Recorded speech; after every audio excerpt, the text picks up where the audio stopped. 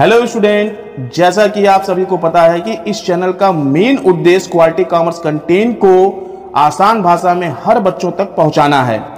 तो आप सभी से रिक्वेस्ट है कि इस वीडियो को ज्यादा से ज्यादा शेयर करें और वीडियो अच्छी लगे तो लाइक करना न भूलें और कॉमर्स से जुड़ी वीडियो देखने के लिए हमारे चैनल को सब्सक्राइब। आज की क्लास में हम देखेंगे कैश फ्लो स्टेटमेंट में कैश का इनफ्लो और आउटफ्लो। लास्ट वीडियो में हमने देखा था कैश फ्लो स्टेटमेंट होता क्या है। आज के इस वीडियो में देखेंगे कैश का इनफ्लो और आउटफ्लो, मतलब कहां कहां से कैश का इनफ्लो होता है और कहां कहां से कैश का आउटफ्लो होता है, मतलब कहां से बिजनेस में कैश आता है और किस माध्यम से कैश जाता है।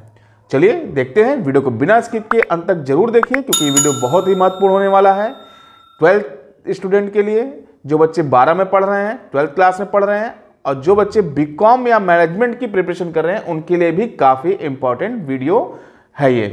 चलिए स्टार्ट करते हैं। क्रियावार रोकड़ प्रवाह अंतर्वाह, अंतर्वाह का मतलब होता है इनफ्लो एंड बहिर्वाह मतलब आउटफ्लो के कुछ उदाहरण। तो यहां पे देखिए, परिचालने संचालन क्रियाकलाप मतलब ऑपरेटिंग एक्टिविटीज इसको हम कह सकते हैं। मतलब संचालन या परिचालन एक ही चीज होता है। तो ये ऑपरेटिंग मतलब बिजनेस को संचालित करने में कैश आएगा कैसे और कहां जाएगा, किस तरह से जाएगा। तो कैश का इनफ्लो पे अगर हम नजर डालें, देखिए माल की बिक्री सेल ऑफ गुड्स एवं उपभोक्ता के रूप में देनदारों से प्राप्त नगद, मतलब जैसे किसी को हम पैसा उधार दिए हैं उससे जो भी कैश मिल रहा है उसको हम इनफ्लो ले सकते हैं। नेक्स्ट है ऋण और निवेश पर ब्याज और लाभांश, रॉयल्टी, कमीशन आदि से प्राप्ति, मतलब अगर कहीं पैसा हम इन्वेस्ट किए हैं और वहां से हमको इंटरेस्ट मिल रहा है या डिविडेंड मिल रहा है शेयर से, या कहीं जमीन दिए हैं या कुआं लीज पे दिए हैं तो वहां से रॉयल्टी मिल रही है या कमीशन आदि मिल रहा है, तो वो है कैश का इनफ्लो ऑपरेटिंग एक्टिविटीज से। अगर हम आउटफ्लो की बात करें ऑपरेटिंग एक्टिविटी से, तो माल इन्वेंट्री की नगद क्रय, मतलब गुड्स और स्टॉक का जब हम नगद क्रय मतलब कैश परचेस करते हैं तो हमारे पास से कैश जाता है, तो वो कैश का आउटफ्लो होगा। लेनदारों को भुगतान, लेनदार मतलब जो क्रेडिटर को हम पेमेंट करेंगे तो वो भी हमारा कैश का आउटफ्लो होगा क्योंकि कैश हमारे बिजनेस से जाएगा। जैसे किसी से गुड्स हम परचेस किए तो उसको हमें पेमेंट करना होता है, तो जब क्रेडिट गुड्स परचेस करते हैं तो हमारे क्रेडिटर्स होते हैं, तो क्रेडिटर को जो पेमेंट करेंगे तो कैश ही पेमेंट करेंगे, तो कैश का आउटफ्लो होगा। कर्मचारियों को मजदूरी एवं वेतन का भुगतान, किसी भी एम्प्लॉय को अगर हम रेम्युनरेशन सेल देंगे जैसे एज अ सैलरी या वेजेस, तो वो भी कैश का आउटफ्लो माना जाएगा। प्रचालन व्ययों का भुगतान, कोई भी ऑपरेटिंग एक्सपेंसेस का हम पेमेंट करेंगे तो वो भी कैश का आउटफ्लो होगा। करों का भुगतान एवं ब्याज का भुगतान, मतलब अगर हम इनकम टैक्स का पेमेंट करते हैं या इंटरेस्ट का पेमेंट करते हैं तो वो भी कैश का आउटफ्लो होगा। ये कैश का इनफ्लो आउटफ्लो ऑपरेटिंग एक्टिविटी से रिलेटेड है, मतलब संचालन से संबंधित है। अब एक नजर डालते हैं निवेशों विनियोजनों क्रियाकलाप, मतलब इसका इन्वेस्टिंग एक्टिविटीज। इन्वेस्टिंग एक्टिविटीज में हम नॉन करेंट असेट्स को रखते हैं। नॉन करेंट असेट्स का मतलब कि जिस ऐसी संपत्ति या ऐसी प्रॉपर्टी जिसको हम वन टाइम परचेस करते हैं, यूज लाइफ लॉन्ग करते हैं। For example land, building, plant, machinery, furniture etcetera. चलिए देखते हैं कि अब वहां से कैश का इनफ्लो कैसे होगा और कैश का आउटफ्लो कैसे होगा। मतलब नॉन करेंट असेट्स को जब हम बेचेंगे तो पैसा आएगा, इनफ्लो होगा, और अगर खरीदेंगे तो पैसा जाएगा, आउटफ्लो होगा। देख लेते हैं।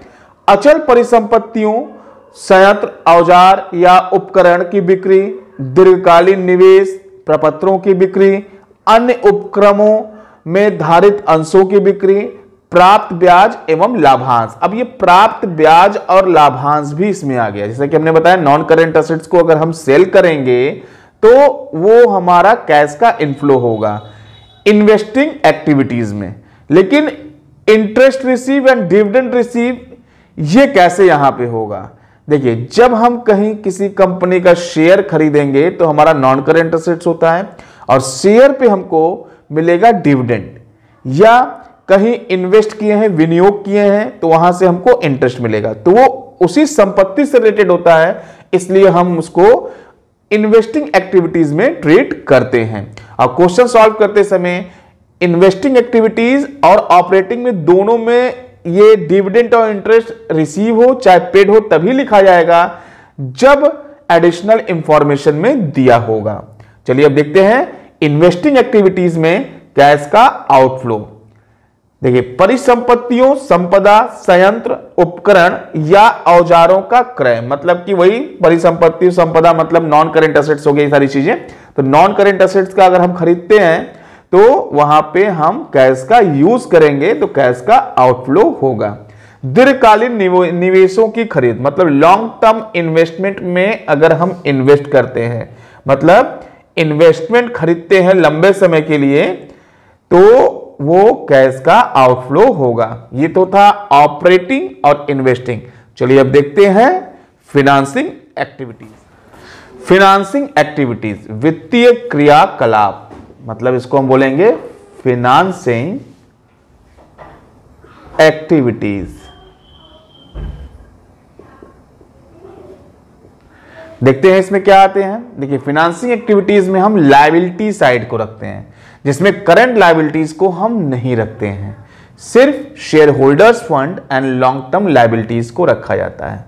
तो हम देखते हैं इसमें से कैश का इनफ्लो क्या होगा और आउटफ्लो क्या होगा। देखिए, इधर इनफ्लो है, इधर आउटफ्लो है।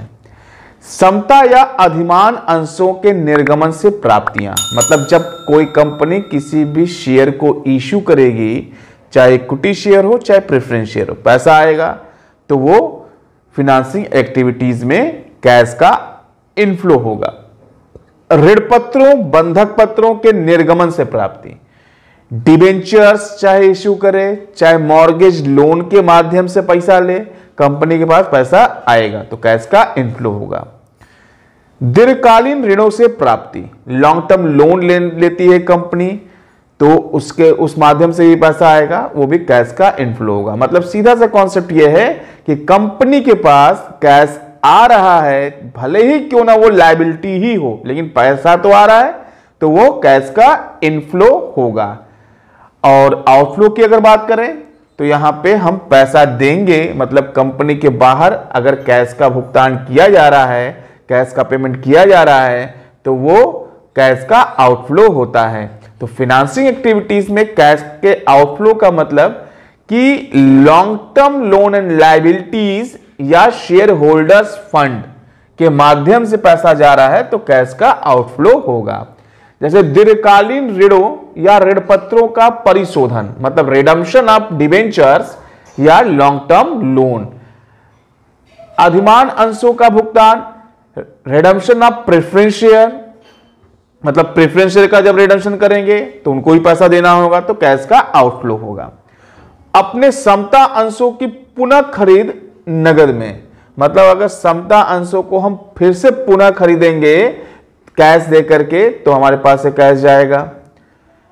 ऋण एवं ऋण पत्रों पर ब्याज का भुगतान, जब हम किसी से ऋण लेते हैं तो वहां पे हमें इंटरेस्ट का पेमेंट करना होता है, जो इंटरेस्ट का पेमेंट करेंगे वो भी हम कैश में करेंगे, तो वो कैश का आउटफ्लो होगा। लाभांशों का भुगतान, प्रेफरेंस शेयर होल्डरों को या इक्विटी शेयर होल्डरों को कंपनी डिविडेंड का पेमेंट करती है, तो डिविडेंड जब पेमेंट करेगी तो वो भी कैश में करती है अगर, तो वहां पे कैश का आउटफ्लो होगा। ये था फिनांसिंग एक्टिविटीज, यानी कैश का इनफ्लो आज हम लोगों ने देखा investing, financing and operating activities में इनफ्लो और आउटफ्लो। अभी के लिए बस इतना ही, मिलते हैं नेक्स्ट वीडियो में।